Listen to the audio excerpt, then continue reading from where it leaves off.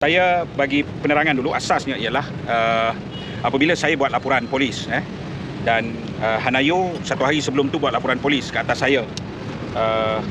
Bila saya buat laporan polis dan esoknya saya telah hubungi IO yang diberi untuk laporan polis saya, IO saya maklumkan bahawa laporan polis yang saya buat dia tidak mendapat arahan walaupun dia IO, tetapi kerana kes ini telah diangkat ke Bukit Aman, hanya Bukit Aman. Saya kata adakah semua laporan tersebut? Dia kata kalau ikut pemahaman biasa terpakai, maka semua yang bersangkutan harus ke Bukit Aman, kan? Namun latar belakangnya ialah 3 hari kebelakangan ini, semalam, sehari sebelum itu dan sehari sebelum itu juga, 3 hari kebelakangan ini, IPD Sentul telah mengeluarkan kenyataan, OCPD keluar kenyataan seolah-olah menggambarkan bahawa saya pemfitnah, saya yang jahat, saya yang merosakkan keharmonian dan sebagainya. Sedangkan saya tak dipanggil lagi untuk soal siasat, kan? Jadi kerana itu saya hubungi semalam IPD Sentul untuk saya dapatkan juga IO, kan? Saya kata kalau saya tak dapat IO dan kes ni tak disiasat terus kisah macam ni, dia sangat tidak adil bagi saya, kan? Lantas kerana itu pukul 2 petang ini saya akan bertemu dengan IO di sini dan saya disiasat di bawah akta apa dan sebagainya pun tidak diputuskan lagi. Saya pun tak faham macam mana. Okey. Pada 13 Mac 2023, saya telah dedahkan Impact Malaysia sedang rekrut remaja bukan Kristian termasuk Islam untuk sertai program Jom ke Gereja. Jelas poster berbahasa Melayu itu menyasarkan remaja Melayu Islam dan tulisan ajakan mengenali agama Kristian. Menteri DAP Hanayo panik bila saya buat tersebut, bila saya buat pendedahan. Pada hari yang sama juga, dia telah arahkan Yap Ibun, iaitu pegawai dia, untuk buat laporan polis di IPD Sentul. Dan ini pun saya nampak dia sangat jelas. Dia tak buat laporan polis sendiri, dia arah kawan pegawai dia. Kerana apabila saya buat laporan polis tersebut, ternyata laporan polis itu merupakan laporan palsu, punya data dan fakta palsu, dan merupakan laporan yang menipu dan memfitnah saya. Persoalan saya jelas. Hanayo tidak mampu jawab kerana sah memang Impact Malaysia rekrut remaja bukan Kristian termasuk Islam untuk dibawa mengenal Kristian di gereja. Dan merupakan satu benda yang sah faktanya, penganjur merupakan agensi di bawah Kementerian Belia dan Sukan yang menerima bajet 5 juta setahun pada tahun ini melalui bajet kerajaan. Di media sosial, Impact Malaysia jelas menyatakan kewujudan mereka dengan 3 tumpuan utama. Kegiatan anak muda, latihan media dan e-sport.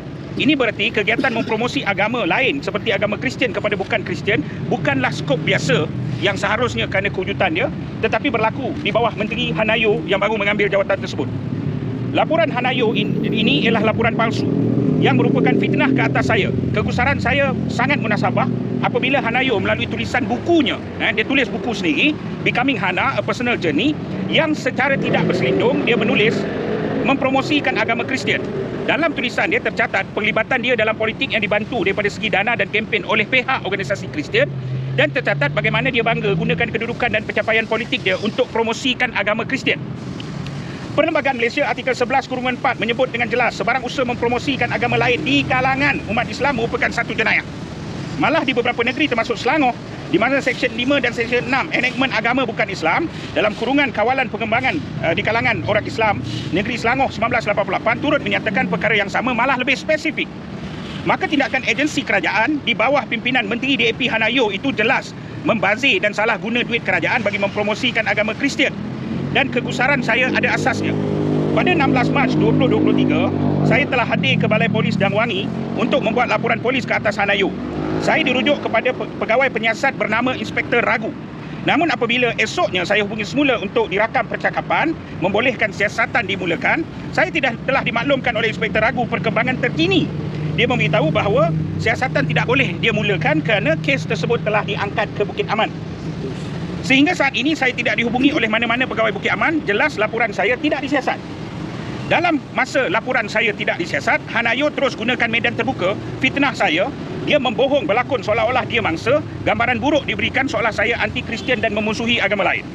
Anwar Ibrahim pula, Perdana Menteri yang paling gagal dalam sejarah Malaysia ni, muncul dengan menambah fitnah jahat dengan menggambarkan isu ini dibangkitkan oleh pihak hilang kuasa dan lempar fitnah jahat dengan mengatakan orang miskin sedia dibayar untuk buat kekecohan.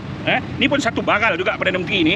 Dia Perdana Menteri, kalau dia bercakap benda ni, pelabur asing dengar, oi, Malaysia kecoh, ada gaduh kaum, gaduh ni. Orang lagi-lagi, masalah ekonomi tak boleh selesai dengan cara macam ni, kan? Saya ada syak yang kuat, pihak PDRM sedang ditekan untuk terlibat bagi menutup jenayah pemimpin DAP ini. Beberapa hari kebelakangan ini, Polis Sentul keluar kenyataan gambarkan seolah saya yang memfitnah Saya faham rejim campuran ini sedang menekan PDRM. Saya tidak terkejut apabila laporan Menteri DAP ke atas saya diberikan oleh pegawai penyiasat Inspektor Wong Jun Ching, dan laporan polis saya ke atas Hanayo pula diberi kepada pegawai penyiasat Inspektor Ragu.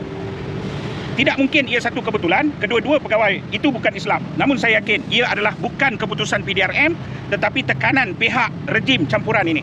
Saya akan gunakan peluang ini untuk menerangkan perlunya semua kaum agama bersama dalam usaha menjunjung kontrak sosial yang diikat dengan perlembagaan negara menjadi keharmonian kita selama ini. DAP sedar apa yang dilakukan oleh Hanayo itu salah. Tapi DAP akan lindungi kerana itu memang aspirasi DAP sejak deklarasi setapak 1967. Anwar sedar apa yang dilakukan oleh Hanayo itu salah. Tetapi Anwar akan turut melindungi perbuatan salah guna kuasa, bazir wang rakyat, langgar undang-undang perlembagaan, malah mengancam akidah umat ini kerana Anwar sangat-sangat tertekan kalau DAP bertindak menarik sokongan daripada Anwar Ibrahim. DAP memiliki jumlah kerusi besar dan jika DAP tarik sokongan, maka doa orang ramai supaya Anwar menjadi Perdana Menteri paling pendek dalam sejarah akan termakbul. Selain itu, memang sikap Anwar itu sendiri memang jelas mengamalkan pluralisme dan liberalisme yang sangat melampau. Perlu direkodkan, selepas pendedahan saya berkenaan dengan program Jom ke Gereja 18 Mac yang sepatutnya berlangsung di Kelang itu dibatalkan kerana ia program jenayah, dan Majlis Agama Islam Negeri Selangor di bawah naungan Duli Yang Maha Mulia Seri Paduka Baginda Sultan Selangor sendiri telah membantah dan meminta program tersebut dibatalkan. Saya berjanji akan terus berjuang pertahankan akidah ummah, akan terus pertahan perlembagaan negara, akan terus pertahan semangat kontrak sosial. Namun di bawah rejim campuran ini, bercakap benar itu adalah mahal harganya. InsyaAllah saya telah sedia. Walaupun dikenakan akta hasutan dan pelbagai undang-undang lain, saya berjanji saya tidak akan mundur walaupun setapak. Saya tidak memusuhi Islam. Saya tidak sebagai orang Islam, saya tidak memusuhi agama lain. Dengar betul-betul. Malah jika ada rumah ibadat atau sesiapa yang diancam kerana mengamalkan agamanya, saya dan kawan-kawan pasti akan menjadi yang pertama tampil mempertahankan. Ia dijamin dalam perlembagaan Malaysia. Sudah termaktub amal agama lain bebas dan dilindungi. Namun, sebarang usaha mempromosikan agenda lain di kalangan umat Islam itu adalah jenayah. Noktah. Dengan mengatakan Islam itu sama dengan agama lain, sudah cukup membuat kalian terkeluar daripada dua kalimah syahadah. Jika Anwar, jika Hanayo, jika DAP, jika sesiapa sahaja yang tidak puas hati dengan perlembagaan negara, dengan kontrak sosial, saya cabar untuk dia pindah perlembagaan negara. Tapi saya ingatkan, jika perlembagaan artikel 11 ini dipindah mengikut kehendak-kehendak pihak tertentu dan nafsu politik Anwar, maka kontrak sosial secara automatiknya terbatal. Kepada Anwar, jangan jadi munafik. Semua benda kamu sanggup gadai hanya kerana politik semata-mata. Okay, baik, itu kenyataan saya. Ada apa sebarang soalan sebelum saya masuk untuk bertemu dengan Inspektor Wong Jun Ching bagi dia. Ada apa komen latest daripada Hanayo sendiri? Dia dalam hal ini hari-hari dia komen. Dia seolah-olah dia mangsa, seolah-olah orang serang kerana kepercayaan dia. Kita ada masalah. Hanayo nak jadi Kristian lah. Kamu semayang pagi petang siang malam. Kamu guna bajet kerajaan, kamu guna kedudukan menteri untuk mempromosikan agama Kristian di kalangan orang Islam. Itu yang salah. Jadi saya tak pasti Hanayo, tapi saya sangat pasti bahawa dia akan terus memperlihatkan dia mangsa dan dia cuba manipulate. Kononnya kita ni ekstremis, kita ni menyerang agama lain, dan itu adalah fakta yang salah. Ini sekarang kes ni kes terkelas ke mana? Itu saya difahamkan, tetapi saya telefon dan saya desak untuk saya nak jumpa IO di IPD Sentul juga kerana OCPD Sentul, saya tak pasti nama dia apa, OCPD Sentul beberapa kali telah keluar kenyataan media menggambarkan dia belum siasat, dia belum apa kan. Dan saya percaya dia tidak salah, dia profesional sebelum ini, sehinggalah kerajaan rejim campuran Harapan Nasional Hanan ini memberi tekanan kepada dia untuk dia bertindak, memberi kenyataan-kenyataan seolah-olah kenyataan politik memfitnah saya. Dia akan buat laporan lagi sekali? Siapa saya?